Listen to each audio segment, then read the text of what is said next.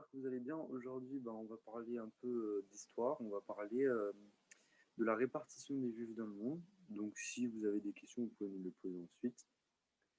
Alors, on va commencer directement. En 66, l'Empire romain, plus précisément à Jérusalem, il y a eu un soulèvement du peuple juif installé là-bas.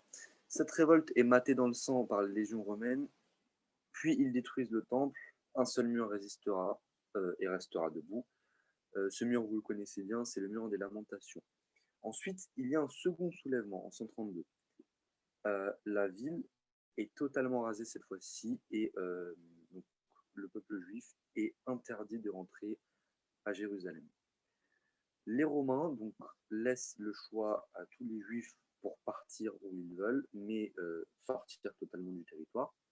Donc, les premiers qui sont plus connus pour être les séfarades vont choisir d'aller vers l'Europe de l'Est, l'Allemagne, les Balkans, etc. Et les séfarades, donc plus précisément, vont aller au Maghreb, sur le littoral méditerranéen. Et aussi, il y en a quelques-uns qui vont rester à côté, à la Galilée. Le Galilée, c'est un peu le Liban actuel.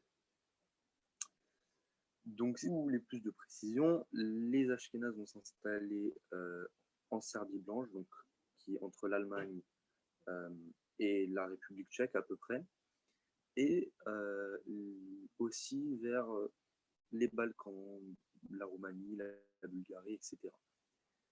Les Ashkénazes, les séfarades, eux, vont s'installer sur les littorales, donc plus précisément les littorales de la péninsule ibérique à l'est, les littorales du Maghreb, Tunisie, Maroc et Algérie, et les littorales croates et slovènes, et aussi les littorales romains de Rome. Puis, c'est la première fois en fait que nous avons eu une persécution où nous devons organiser notre départ d'Israël.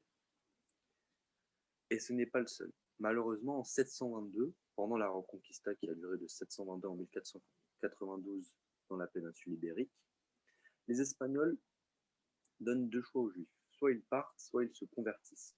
La majorité décide donc de partir à Jérusalem, dans l'Empire ottoman, où ils sont la bienvenue.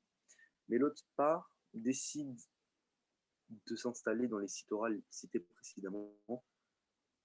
Donc, si vous voulez encore une précision, c'est le littoral maghrébin, le littoral croate slovène et le littoral romain.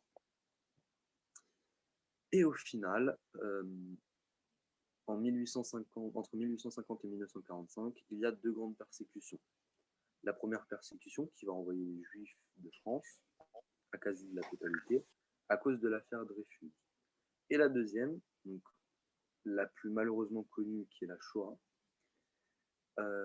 va décimer presque la moitié de la population juive et qui sera obligée donc de partir, plus d'immigrer aux États-Unis, ce qui leur commencera un âge d'or. Quand je dis un âge d'or, c'est que plus précisément en 722 et en 132, comme en 1945 aussi, les Juifs sont allés s'installer autre part. Par exemple, en 722, les catholiques ne voulaient pas commercer avec les Juifs, avec les musulmans, donc ils ont choisi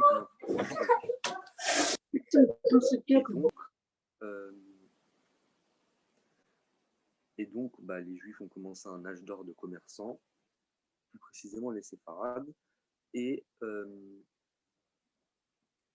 donc comme vous avez pu entendre précédemment, pour les Juifs des Balkans, il y a eu un petit problème parce qu'après 1945, il y a le bloc de l'Est et plus personne ne peut immigrer.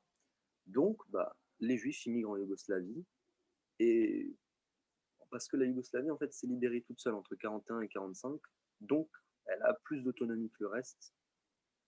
Donc, du coup, les Juifs peuvent encore immigrer et commence un âge d'or qui ne fait qu'encore que commencer, je l'espère.